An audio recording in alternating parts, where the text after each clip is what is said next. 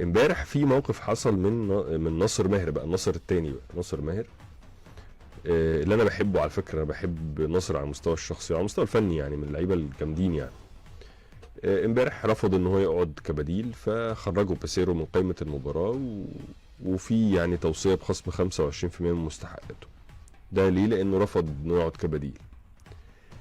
انا بصراحه مش قادر افهم، يعني مش قادر افهم ناصر ماهر. ناصر لعيب ما يختلفش عليه اتنين، على المستوى الشخصي والإنساني لعيب محترم جدا وبني آدم محترم جدا.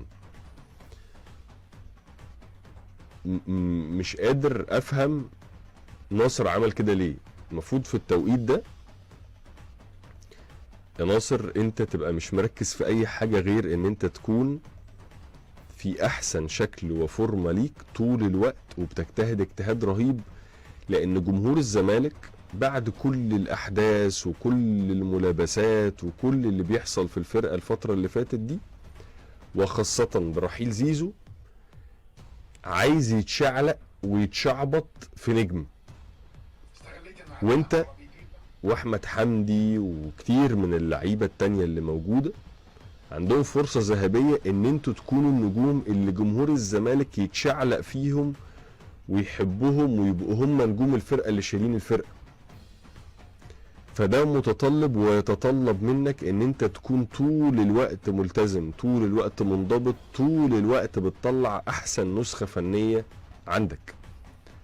قبل الاصابة وقبل ابتعاد ناصر ماهر كان بيقدم مستوى هايل، والقاسي والداني كان بيشيد بيه.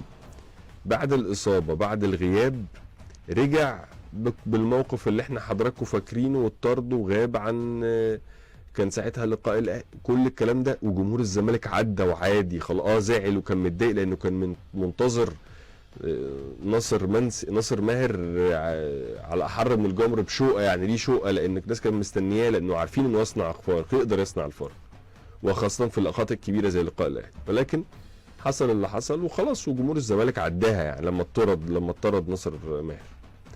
فلما يجي بعد شويه يلعب ناصر وما يظهرش بالشكل الافضل ليه، بالشكل الاحسن ليه، ناصر عنده اكتر بكتير من كده، وبعد كده يعقب ده موضوع ان هو مش عايز يقعد بديل فيبعد عن الفرقه. اعتقد انه هو ما يستحقش من نفسه كده. يعني ناصر انت ما تستحقش من نفسك كده، بالامكانيات اللي عندك، بالموهبه اللي عندك. ما تبعدش نفسك.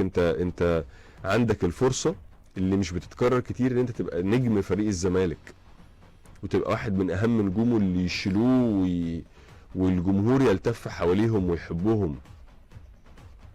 فما تفرطش في الفرصه دي، لان الفرصه دي ما بتجيش كتير، وانت بني ادم محترم ولعيب كبير، عندك من الامكانيات اللي تخليك تروح لمكانه كبيره جدا انت تستحقها وقادر عليها. وجمهور الزمالك بيتنشأ دلوقتي عشان يحطك انت او غيرك فيها بعد رحيل النجم الاول للفريق وهو احمد زيزو.